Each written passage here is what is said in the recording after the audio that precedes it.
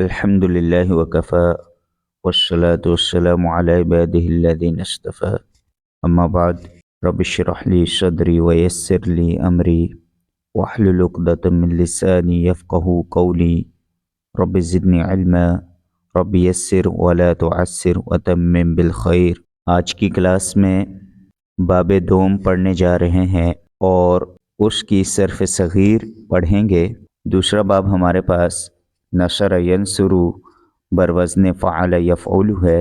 النصر اس کے معنی ہے مدد کرنا، اس کی صرف صغیر نصر ینصر نصرا فہو ناصر، نصر ینصر نصرا فہو ناصر، ونصر ینصر نصرا فذاک منصور، لم ینصر لم ینصر، لا ینصر لا ینصر، لن ینصر لن ینصر، الامر منه انصر لتنصر، لینصر لینصر، والنهی عنه لا تنصر لا تنصر، لا ينصر لا ينصر، والظرف منه منصر والجمع مناصر، والآلة منه منصر منصرة منصار، والجمع مناشر ومناشير، وأفعل التفضيل المذكر منه أنصر والجمع أناصر،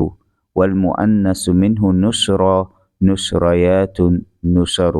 یہ ہے نصر ینصر کی صرف صغیر۔ اس کو ایک مرتبہ روانی سے پڑھتے ہیں۔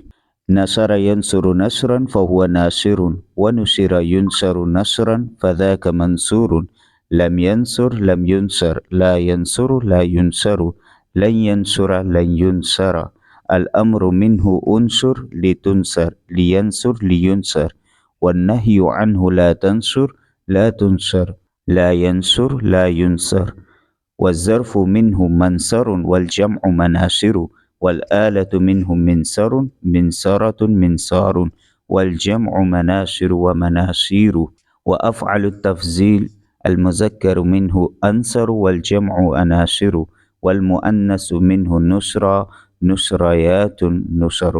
یہاں ظرف کے معاملے میں بعض طلبہ کنفیوز رہتے ہیں، تو ان کے لیے قاعدہ بھی بیان ہوا ہے کہ ناقص سے ظرف ہمیشہ مفعل یعنی مفتوح العین کے ساتھ ہوگا۔ ناقص سے جب بھی کوئی فعل ناقص ہوگا اور اس کی گردان میں جب ظرف آئے گا تو ظرف ہمیشہ مفعل کے وزن پر ہوگا، اور مثال سے ہمیشہ مفعل کے وزن پر یعنی مکسور العین ہوگا۔ اس کو یاد رکھنے کا آسان سادہ طریقہ یہ ہے کہ ناقص میں نون پہ زبر ہے، تو جب بھی ناقص سے فعل آئے تو اس کا ظرف کس سے ہوگا؟ نون پہ زبر ہے ناقص کے نون پہ، تو اس کے ظرف میں بھی زبر ہوگی، ٹھیک ہے، اس کے ظرف میں بھی زبر ہوگی۔ اور مثال میں میم پہ جو یعنی پہلا حرف ہے میم مثال کا، اس پہ زیر ہے، تو لہٰذا مثال کے سیغے سے اگر جب ظرف بنے گا تو اس کا عین کلمہ جو ہے ہمیشہ مکسور ہوگا۔ ناقص میں مفتوح العین یعنی عین کلمہ پہ زبر، اور مثال میں عین کلمہ پہ زیر یعنی کسرہ ہوگی، تو مفتوح العین ناقص کے لیے اور مکسور العین یہ مثال کے لیے ظرف بنے گا۔ اس کے علاوہ باقی جتنی اقسام ہیں ناقص و مثال کے علاوہ، محموز، صحیح، مضاعف، لفیف، اجوف وغیرہ، تو ان کے فعل مضارع معروف کے عین کلمے کو دیکھا جائے گا۔ اگر عین پر کسرہ یعنی زیر ہوئی تو ظرف مکسور العین ہوگا، اور اگر عین کلمے پر فتحہ یا ضمہ ہوئی تو ظرف جو ہے مفعل کے وزن پر ہوگا۔